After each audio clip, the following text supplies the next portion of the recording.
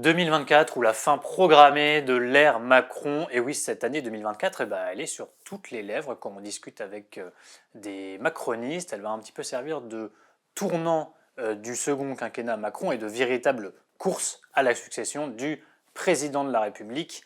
Pourquoi? Parce que cette année 2024 sera marquée par deux événements importants. Le premier, ce sont les élections européennes du printemps. Alors, c'est pas que ce scrutin passionne réellement les foules, mais il permet à la classe politique de se compter. Ça donne lieu tout de même à une campagne nationale, et puis c'est un scrutin de liste où chaque parti et son leader est libre de pouvoir se présenter. Ça servira un petit peu de mid-term, puisque c'est l'actualité, à Emmanuel Macron, à moins que le président ne prononce une fameuse dissolution de l'Assemblée nationale d'ici là. Toujours est-il que ces européennes, elles donneront une indication de la température politique du pays et du rapport de force.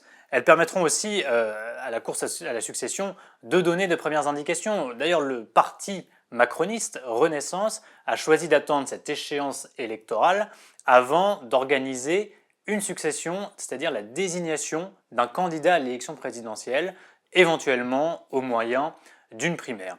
Du coup, chacun y va de sa petite stratégie. Prenez Bruno Le Maire par exemple.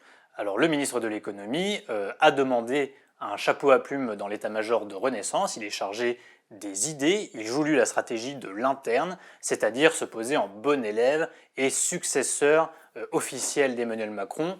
Alors c'est une stratégie qui est raillée par beaucoup de ses petits camarades qui se moquent de son côté Fayot qui n'en pense pas moins. Son rival Édouard Philippe, lui qui est exactement sur la même ligne politique de droite libérale, lui c'est l'inverse, il joue la stratégie de l'externe, il a lancé son parti et il le cultive à côté de Renaissance. Il n'hésite pas non plus à afficher publiquement quelques désaccords avec Macron.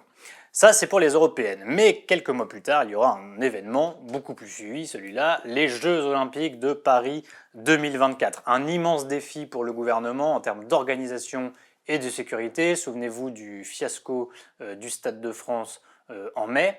Et là, c'est un troisième homme qui se retrouve en première ligne, le ministre de l'Intérieur Gérald Darmanin, qui ne pourra pas cette fois rejeter la faute sur les fameux supporters anglais. Darmanin, voilà justement un possible troisième prétendant toujours à droite. Il lui joue gros sur cet été 2024 et d'ailleurs, il a déjà commencé à déminer. Par exemple, en expliquant qu'à cause des Jeux Olympiques, il allait falloir sans doute annuler ou reporter d'autres événements en raison de la disponibilité des forces de l'ordre. Je ne dis pas qu'il faut annuler absolument tous les événements, mais en tout cas un certain nombre d'entre eux qui nous permettent évidemment de mobiliser les forces pendant qu'ils sont là, ils ne sont pas ailleurs. L'été 2024 sera chaud donc, et la rentrée politique 2024 aussi, ce sera en fait le véritable début de la course à la succession d'Emmanuel Macron et la fin quasiment officielle de l'ère Macron. Mais que va-t-il faire lui, le président? Lui, il ne pourra que assister quelque part à la fin de son règne. Est-ce qu'il va essayer d'adouber un successeur?